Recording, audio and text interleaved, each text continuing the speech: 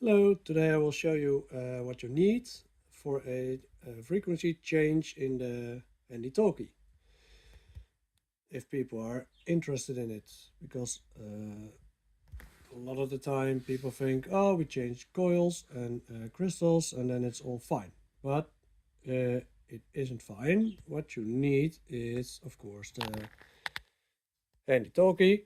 I already opened it up to take out the inside. So what you need is a handy-talkie.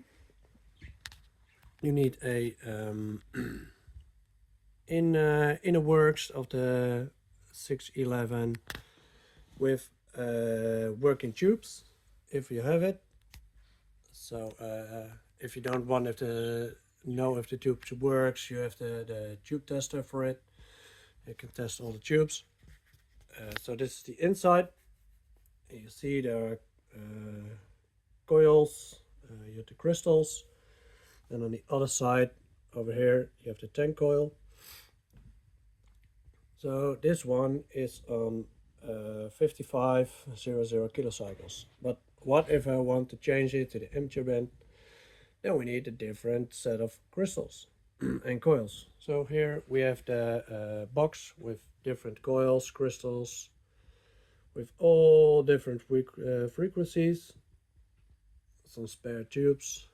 They didn't came original in the case, but I had some laying around, so just in case I need to change some tubes, I have them. Here are the parts to safely get the insert out of the Bc-611, because the screws in there, they're sometimes a little bit long, then they catch on the inner works and then they will damage all the contacts if you pull it out or in. So what you need is a screwdriver, a new tank coil for the frequency you want.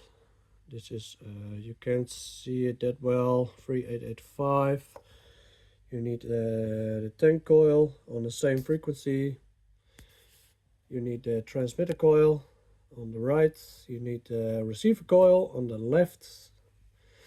It always needs to be a little bit higher. I didn't know the exact number, but it needs a certain frequency higher than the transmitter coil, and a separate transmitter coil. Or if you don't have it, you can use the transmitter coil from the set you want to change.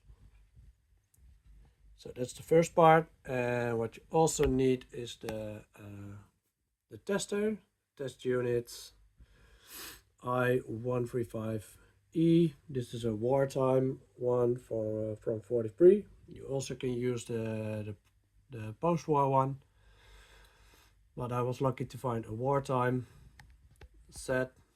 I have the 1.5 volts I have on the inside, on this side, with a 1D cell and 1.50 shell casing. Was also in the manual that you can use it like that.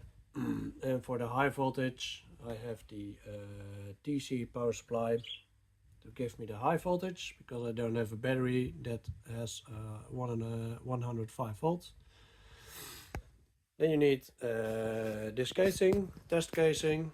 It's exactly the same as this one, but then a test case with all holes for the realignment of the set, because it's needed if you change crystals, and coils, the current meter for the transmitter.